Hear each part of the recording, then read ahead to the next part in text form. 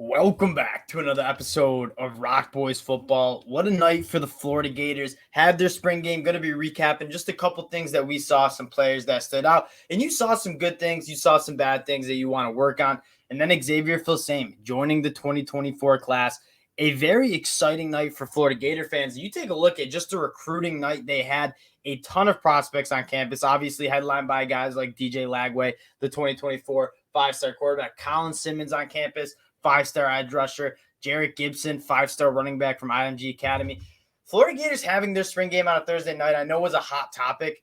I thought it made a lot of sense. You were able to get a ton of really, really good recruits on campus, get them on, get them seeing what the program's about on kind of a game day type feel. So I like the move. Now, want to get into what we saw in the spring game. Before we do, though, again, just really do want to say thank you to you guys, all the Florida fans. You guys have been absolutely awesome with all the support. We've been talking a lot of Florida football as of late. They've been hot on the recruiting trail, and we really can't thank you guys enough. So if you do enjoy the content, consider subscribing to the channel.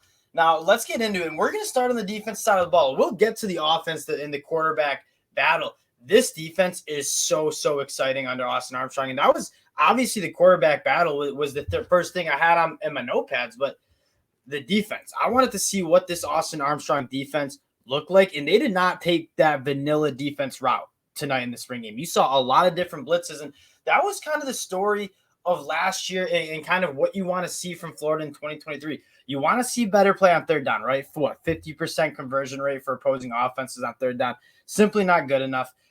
This Florida defense is going to look a lot different than it did in 2022, and I think it's a lot to thank to Austin Armstrong, and 29-year-old defensive coordinator. He was running on rocket fuel tonight. Every time the camera was on him, he was going absolutely berserk. Looked money in the visor. What I want to talk about first, though, is the defensive line, the front seven, if you will, as well. Austin Armstrong said they'll run multiple sets. You saw 5-man defensive lines. You saw 4-man. You saw 3-man at times. Walking in safeties, blitzing linebackers up the A-gap.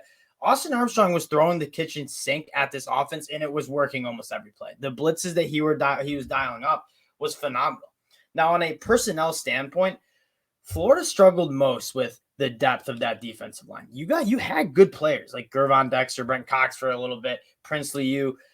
The biggest problem, especially with a guy like Gervon Dexter, as I'm getting into his 2023 film for the or 2022 film for the NFL draft, is he was just on the field too much because there was just no depth on that defensive line. Played almost 600 snaps, which is just far too much for guys 315 pounds. The biggest thing you're most excited for this Florida defense is the depth they've added on the defensive line. Obviously, hitting the portal, guy like Cameron Jackson looked absolutely phenomenal, the transfer from Memphis. You have two guys who are very young who you feel very good about as well, and Will Norman and Kelby Collins. Those guys looked the part. I would be very surprised, or not very surprised, I should say, if they don't play significant snaps for this Florida defense in 2023. They came in, and that was part of what I think was so underrated of this Billy Napier 2023 classes. They had a lot of guys who weren't like the headliner 5-stars, but a lot of guys who were in that top 150 that were dudes who are ready to play at the college football level immediately and are going to play for a long time for the Florida Gators. And Will Norman, guys like Kelby Collins, absolutely looked the part, and they're going to add a lot to that depth on the defensive line. Thought Chris McClellan looked very, very good. Tyreek Sapp looked good. The front seven in the defensive line was absolutely handing it to the offensive line. And granted, the offensive line had some injuries. You're really excited about what you saw from the defensive line. At that linebacker spot, you lose a guy like Ventrell Miller. That hurts. You didn't see the Ohio State transfer, Mitchell Trajada, out with injury, but Shamar Jones, the youngster, true sophomore, he looked really good. And then the secondary, in this Austin Armstrong offense, you're going to leave those safeties and cornerbacks on islands. Like, you're going to load the box. You're going to bring a lot of different blitzes. Guys in the secondary are going to have to be able to hold their own, and I thought they looked really, really good. Jason Marshall got called. I believe it was Jason Marshall got called on an absolute garbage pass interference. I thought the secondary looked very good, and I don't know if that speaks more to maybe we got to get some more wide receivers who can create some separation on the offense, or the secondary just being very, very good. But guys like Jason Marshall, Kamari Marson, I'm looking at my notes. Kamari Wilson laying the wood and getting that fumble out. Jaden Hill, I thought, looked really good. That secondary is full of youngsters who are athletic. and I really do think are going to benefit in this Austin Armstrong defense. And we talked about why Xavier feels so good about going to Florida. This Austin Armstrong defense is going to allow you to be the ultimate athlete you are in the back end. Like, you're going to be asked to play in space, but you're going to ask to be making a lot of plays, playing some press man cover. Like, they're going to bring the house. They're going to leave you on an island. You got to go make a play. And I think the real studs in those classes are going to want to gravitate to that. And so that was my biggest takeaway from this Florida spring game. And obviously I know the fans look at the box score 7-7 game, like not exactly that exciting, but that defense looks so much better than you saw in 2022. Austin Armstrong, I know we haven't seen him call a first game yet, but from what you saw in the spring game and all those exotic blitzes, the multiple sets, that makes it so hard for offensive linemen. There's two ways you can win, right? You can win just being better than the other guy that's trying to block here. You can scheme up pressure. Austin Armstrong, I thought, did a phenomenal job scheming up pressure for this defense. I think Florida's going to see a lot more negative plays, a lot more havoc around the quarterback, and a lot more takeaways and more success on third down defense. I can't wait to see what this Florida defense looks like. This might be one of the most improved units in the whole entire country. Now, we do have to talk about the quarterback battle and the offense in general. Like, I can see why Florida Gator fans are a little bit frustrated. You had some injuries on the offensive line. And so, like, the snapping was, I mean, I think a lot of that was the true freshman, but the snapping needs to get taken care of. I have a feeling that'll be fine, which is moderately frustrating because you want to see these quarterbacks get into a rhythm. And it seems like every time they got into a rhythm, the snap's going over their head. I want to talk about what we saw from Graham Mertz and Jack Miller. Graham Mertz, and they said this on the broadcast, and I think I do agree, Graham Mertz is going to be the point guard of this offense. They're not going to put too much on his shoulder. They're going to ask him to make accurate throws, on-time throws. This is going to be a run-first offense, and we'll talk about the running backs as they look phenomenal. But Graham Mertz is going to do everything Billy Napier is going to ask of him to do.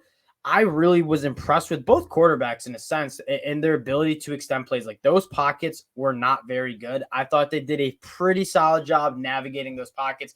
Graham Mertz probably needs to get the ball out a little quicker. But again, when you're watching, it just doesn't seem like these wide receivers are getting open. So maybe that's a point in the transfer portal. Maybe when it opens up, you want to add it. I thought some of the wide receivers looked pretty good. Aiden Mizell, Andy Jean, the two youngsters, they looked very, very good as early true freshmen. But I want to see a little bit more separation from the wide receivers, and I want to see the quarterbacks be able to get the football out a little bit more. Like, when you are dealing with a lot of pressure, you got to get the ball out fast. You got to know your reads. You got to get the ball quickly to the wide receivers, and I just wasn't seeing that enough. I thought they settled in kind of later. It was exciting because you got to see them play the full game, but there's a lot of negative plays, a lot of sacks. Now, getting to the wide receiver position, I do want to highlight a guy like Andy Jean.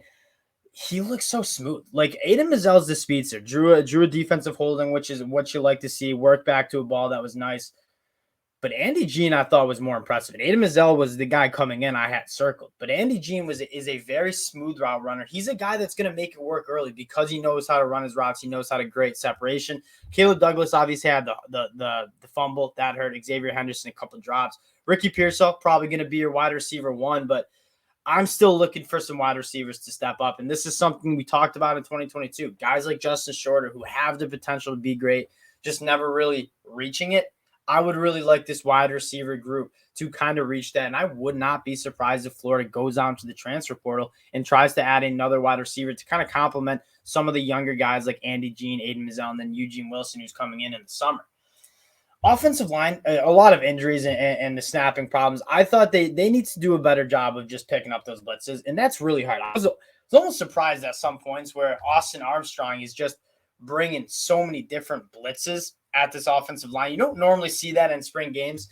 Some miscommunications. They were getting worked around a little bit. And again, this spring game, the nature of these conversations are, okay, the defensive line looked awesome, and the offensive line probably needs some work. That's another position. I wouldn't be surprised if they, I mean, you lose, 4 guys who are starters for you in 2022. I wouldn't be surprised if they go to the portal and address that position again. I mean, obviously Big Micah was not playing, but that group didn't look great. Keontae Goodwin, the transfer from Kentucky, I thought again, former top 50 dude nationally. I thought he looked solid. I wouldn't be surprised if he's a first team type of guy as the season rolls around in late August in 2023. But overall, I think the offense was something you gotta work on. Now, I do want to highlight one positive thing from the offense. These running backs are going to be just so good. Trevor Etienne looks like he got faster, and I'm sure the Florida Gator fans saw the clip on Twitter of him just absolutely. He turned on the burners. He ran by Jalen Kimber today. I mean, he was absolutely flying. Montrell Johnson, you know what you have in him, and then Cam Carroll. Cam Carroll looked really good as well. That's a three-headed back. You obviously have the youngster in Webb, who probably won't touch the ball that much unless it's in kind of mop-up duty. This running back room is absolutely loaded. You bring in two running backs in the 2024 class. You feel really good about where this, and you know Billy Napier's going to really emphasize running back play because they're going to want to run the football. I want to see the offensive line get better. I want to see them, whether it's, and Billy Napier noted, like we have a lot of guys who are young playing different positions. We have a lot of guys hurt. So I could see why the communication was tough at times, but you do want to see the offensive line get a little better. All in all, though, from this spring game, my takeaways, I can't wait to see this defense in 2023. Like Austin Armstrong was an aggressive hire, like a 29-year-old defensive coordinator from Southern Miss. That is an aggressive hire for the Florida Gators. They made an aggressive hire with Billy Napier a couple of years ago anyways. Like they're not afraid to go after coaches who maybe aren't proven at the Power 5 level. But Austin Armstrong seems like the guy. And obviously a win with Xavier Filisemi on the recruiting trail is a great start for Austin Armstrong. But what you saw from this defense and the energy they were playing with, flying around the football field, you got some really good athletes in the back end and in the front seven. Use those guys. Let them go and make some plays for you. I don't think we saw enough of that from Florida's defense last year. I was really impressed with what Austin Armstrong was bringing on the defensive side of the ball. So there's some good things, some tough things. And again, we just want to say thank you to you guys for checking us out. Florida Gator fans, let me know in the comment section some players we're putting together the notebook. So let me know some players that I need to add to the notebook as we roll into 2023. Obviously, we'll be talking Florida recruiting, and then we'll get into our summer scout in the summer. So stay locked in for that. And again, can't thank you guys enough for all the support you guys have shown. So if you do enjoy the content, support the fellas, subscribe to the channel. We appreciate you guys, and we'll talk to y'all later. Peace.